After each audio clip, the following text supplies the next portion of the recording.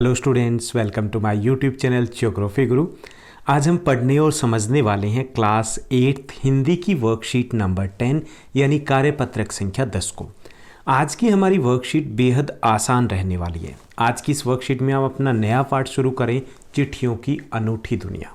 हम बात करेंगे कि चिट्ठियों की दुनिया अनूठी क्यों होती है, पत्र है वो एसएमएस या फ़ोन से अलग क्यों होते हैं और कितने पत्र रोज़ाना हमारे देश में लिखे जाते हैं। तो चलिए पढ़ते हैं, समझते हैं इस पाठ को। जैसा कि आप अपनी स्क्रीन के ऊपर देख पा रहे हैं, ये हमारी वर्कशीट नंबर यानी कार्यपत्रक संख्या 10 है। ये वर्कशीट नंबर 10 कार्यपत्रक संख्या 10 है, यहाँ पर मेंशन नहीं किया गया। ये हमारा विषय है वो हिंदी है, जिसमें हम चिट्ठियों की अनूठी दुनिया हम पढ़ने वाले हैं, समझने वाले हैं। आज की दिनांक है 29 अक्टूबर 2020। पत्र या चिट्ठी, इसको हम कई भाषाओं में अलग अलग नाम से कह सकते हैं। इनकी दुनिया काफ़ी अजीबोगरीब है, काफ़ी अजीब है। अजीब इसलिए कि इनका महत्व पहले भी था, आज भी उतना है। शायद आज जब पत्र लिखा जाता है तो वो बहुत ख़ास होता है, पहले से भी ज़्यादा इसका महत्व है। इसकी उपयोगिता हमेशा से बनी रही है। पत्र जो काम कर सकते हैं वो संचार का आधुनिक साधन नहीं कर सकता। जैसा संतोष फ़ोन या एसएमएस का संदेश दे सकता है, वैसा संतोष शायद पत्र है उससे कहीं ज़्यादा दे। यानी कि पत्र जैसा संतोष हमें किससे नहीं मिल सकता, फ़ोन से, एसएमएस से। किसी ने आपको मैसेज किया, आपको विश किया, बर्थडे विश किया, किसी ने आपको फ़ोन किया, बर्थडे विश किया, और एक ने पत्र लिखा। कौन आपके ज़्यादा करीब होगा? शायद वो पत्र लिखने वाला। हम अपनी भावनाओं को ज़्यादातर बेहतर तरीके से पत्र के माध्यम से लिख पाते हैं, क्योंकि उस वक्त हम लिखते नहीं हैं, उस वक्त हम भावनाएं लिखते हैं। उस वक्त जैसा हम फील करते हैं, महसूस करते हैं, वो लिखते हैं। इसलिए जो पत्र में संतोष मिलता है वो संतोष फ़ोन या एसएमएस में नहीं मिलता। फ़ोन या एसएमएस में क्या करते हैं हम, जब किसी को विश करना होता है हम कॉपी पेस्ट करते हैं मोस्टली, या हम फॉरवर्ड कर देते हैं। जबकि पत्र में फॉरवर्डिंग नहीं होती कि कहीं से किसी ने लिखा और वैसा ही हमने लिख दिया। तो इसलिए पत्र है वो अलग होता है। पत्र एक नया सिलसिला शुरू करते हैं।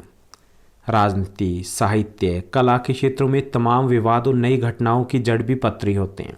हालांकि विवादों को भी जन्म देते हैं, और विवादों के साथ साथ हम पत्रों के द्वारा, जो पहले जिस तरीके से लिखे जाते थे कि पत्रों के द्वारा हम किसी भी घटना के ऊपर चर्चा भी कर सकते हैं। दुनिया का तमाम साहित्य पत्रों पर केंद्रित है। मानव सभ्यता के विकास में भी इन पत्रों ने अनूठी भूमिका निभाई है। आज से नहीं, बहुत पुराने समय से पत्रों को लिखा जाता रहा है। पत्रों का भाव सब जगह एक जैसा ही है। हालांकि उसके नाम बदल जाते हैं किसी भी भाषा में। जैसे इंग्लिश में आप लेटर बोलते हो, उर्दू में इसको खत बोला जाता है, संस्कृत में पत्र ही रहता है, कन्नड़ में कागज बोला जाता है, तेलुगु में इसको उत्तरम बोलते हैं, या इसको जाबू या लेख भी कहते हैं। तमिल में इसको कड़िद कहा जाता है। तो पत्रों के नाम जरूर बदल जाते हैं, लेकिन उनका भाव एक जैसा ही रहता है, तरीका एक जैसा ही रहता है। पत्र यादों को सहेज कर रखते हैं, इसमें कोई संदेह नहीं। जब पत्र लिखे जाते हैं तो उन पत्रों को संभाल कर रखा जाता है, क्योंकि वो यादें होती है। शायद आप इस महत्व को उतना ना समझें। अगर आप अपने पिछली पीढ़ी से, दादा दादी जी से पूछोगे या मम्मी पापा से पूछोगे, तो वो बता पाएंगे कितना वेट रहता था किसी के पत्र आने का, कितना इंतजार रहता था डाकिए का, पोस्टमैन के आने का, और बहुत खुशी मिलती थी उस पत्र को प्राप्त करके, और फिर उसको सहेज कर संभाल कर रखा जाता था, क्योंकि ये यादें होती थी। हर एक की अपनी एक पत्र लेखन कला है, और हर एक के पत्रों का अपना दायरा होता है। यानी पत्र लिखना भी एक कला में आता है कि हम किस तरीके से अपने भावों को उसमें व्यक्त करते हैं, किन शब्दों का प्रयोग करते हैं। पत्र लेखन उसी तरीके से जैसे भाषण कला है, भाषण कला में भी हर किसी का अपना एक तरीका होता है, कौन कितना प्रभावी है। ऐसे ही पत्र लेखन में भी जो हमारा संदेश है वो कितना प्रभावी होगा, वो निर्भर करता है कि हम किन शब्दों का चयन करते हैं। हालांकि भाषण में दिखावा होता है, पत्र लेखन में भावनाएं होती है। दुनिया भर में रोज करोड़ों पत्र एक दूसरे को तलाशते तमाम ठिकानों तक पहुंचते हैं। करोड़ों पत्र है वो लिखे जाते हैं। हालांकि पत्रों का सिलसिला है पिछले कुछ समय से काफ़ी कम हो गया है, लेकिन फिर भी जो पत्र है वो आज भी लिखे जाते हैं। उनमें से चाहे वो किसी प्रकार के व्यावसायिक पत्र हो, चाहे वो सरकारी संदेशों का आदान प्रदान हो, लेकिन पत्र है वो आज भी लिखे जाते हैं। भारत में लगभग 4.5 करोड़ चिट्ठियाँ डाक में डाली जाती है, जो साबित करती है कि पत्र कितनी अहमियत रखते हैं। 4.5 करोड़ चिट्ठियाँ हर रोज़ की बात करें, हर रोज़ एक दूसरे के पास लिखी जाती है और दूसरे के पास पहुंचती है। पंडित जवाहरलाल नेहरू जो हमारे देश के प्रथम प्रधानमंत्री थे, उन्होंने 1953 में सही कहा था कि हजारों सालों तक संचार का साधन हरकारे या तेज घोड़े रहे थे, जिनसे संदेशों का आदान प्रदान किया जाता था, जैसे आप टीवी सीरियल में देखते हो या मूवी में आपने देखा होगा। उसके बाद पहिए आए, यानी गाड़ी का आविष्कार हुआ। उसके बाद रेलवे आई, उसके बाद तार आया, तो बड़ा बदलाव होता रहा। ये पत्र व्यवहार है जो धीमा था वो तेज़ होता रहा।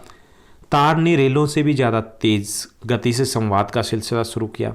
फिर टेलीफोन, वायरलेस और रडार की दुनिया आ गई। बहुत कुछ बदल चुका था 1953 तक आते आते। और अब की बात करें तो अब ईमेल आ चुकी है, व्हाट्सएप आ चुका है, आपके पास टेलीग्राम है, आपके पास मैसेंजर्स हैं, तो बहुत सारे और भी तरीके हैं। अब तो हमने लॉकडाउन में प्रयोग करना सीखा है, वीडियो कॉल हम करते हैं। हम क्लासेस भी हमारी इसी प्रकार के प्लेटफॉर्म के ऊपर चल रही है। आप गूगल मीट को आप यूज़ करे होंगे, डियो को यूज़ करे होंगे, तो उनके द्वारा हम क्लासेस भी ले रहे हैं। तो ये दुनिया है वो बहुत तेज़ी से बदली है, लेकिन पत्र आज भी अहमियत रखते हैं। तो ये था हमारा आज का गद्यांश, जिसमें हमने समझा कि पत्र क्यों अनोखे हैं। अब से हम शब्दार्थ की बात करते हैं। कुछ शब्द दिए गए, जैसे उपयोगिता का अर्थ होता है आवश्यकता, संचार का अर्थ होता है बातचीत या सूचना का आदान प्रदान, आधुनिकतम का अर्थ होता है सबसे नया, संतोष मतलब तृप्ति, शांति, साधन उपकरण, सिलसिला मतलब चलन, तमाम पूरा या संपूर्ण, विवाद का अर्थ होता है झगड़ा, आप सभी को ये पता है सारे शब्दार्थ। केंद्रित मतलब आधारित, सहेज कर मतलब संभाल कर रखना, संदेह का अर्थ होता है शक, दायरा मतलब क्षेत्र, अहमियत मतलब महत्व, हरकारे संदेश या चिट्ठी को ले जाने वाले को हरकारे कहा जाता था।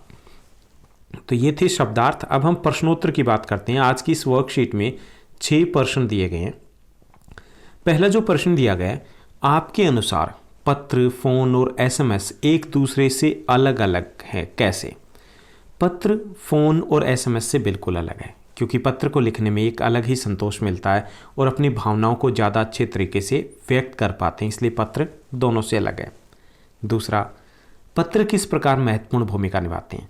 पत्र के द्वारा हम अपने विचारों का आदान प्रदान करते हैं, साथ ही साथ हम किसी भी घटना के ऊपर चर्चा भी कर सकते हैं। पत्र में हम अपनी भावनाओं को ज़्यादा बेहतर तरीके से बता पाते हैं। तीसरा जो हमारा प्रश्न दिया गया है कि नीचे दी गई भाषाओं में पत्र को क्या कहा जाता है? अलग अलग भाषाओं में, जैसे कन्नड़ में इसको कागद कहा जाता है, तमिल में इसको कडिद कहा जाता है, उर्दू में खत, तेलुगु में उत्तरम जाबू या लेख कहा जाता है, संस्कृत में पत्र कहा जाता है, हिंदी में पत्र या चिट्ठी कहा जाता है। तो ये अलग अलग भाषाओं में, हालांकि पत्र को चाहे नाम कोई भी दें, पत्र पत्र ही रहने वाला है। आपके लिए भी एक क्वेश्चन है, आप कमेंट करके मुझे बता सकते हो कि बांग्ला भाषा में पत्र को क्या कहा जाता है। ओके, कमेंट करके ज़रूर बताना मुझे। इसके लिए आप गूगल की हेल्प ले सकते हो। चौथा जो प्रश्न दिया गया, चौथा हमारा प्रश्न है, हमारे देश में रोज़ कितनी चिट्ठियाँ डाक में डाली जाती है? जो महामारी की स्थिति अभी चल रही है उसके अनुसार, उसमें आपके अनुसार कितनी चिट्ठियाँ रोज़ डाक में डाली जाती होगी? तो हमने बात की थी कि लगभग हमारे देश में 4.5 करोड़ चिट्ठियाँ डाक में डाली जाती है। हर वर्ष नहीं बल्कि हर रोज़ की बात करें, प्रतिदिन कितनी चिट्ठियाँ? 4.5 करोड़ चिट्ठियाँ डाक में डाली जाती है। मेरे अनुसार महामारी के समय में पत्र व्यवहार थोड़ा कम हुआ होगा। लगभग 50 लाख चिट्ठियाँ हैं वो रोज़ डाक में डाली जाती रही होंगी, क्योंकि इसके कारण हमने सोशल डिस्टेंसिंग का सामना करना था, उसको भी हमें फॉलो करना था, तो इसलिए बाहर कम निकले होंगे, तो इसलिए चिट्ठियाँ कम डाली गई होगी। पांचवा जो प्रश्न है, पंडित जवाहरलाल नेहरू के अनुसार हजारों साल पहले संचार के साधन क्या थे और बदलते बदलते क्या हो गए? तो पंडित जवाहरलाल नेहरू के अनुसार हजारों साल पहले संचार का साधन केवल हरकारे, यानी कि जो पैदल चिट्ठी लेके जाते थे, या फिर तेज घोड़े थे। उसके बाद पहिए, रेलवे, तार, वायरलेस और रडार इत्यादि आ गए। अब की बात करें तो हम मोबाइल, ईमेल पे आ चुके हैं। उसके बाद छठा जो प्रश्न है, एक गतिविधि दी गई है।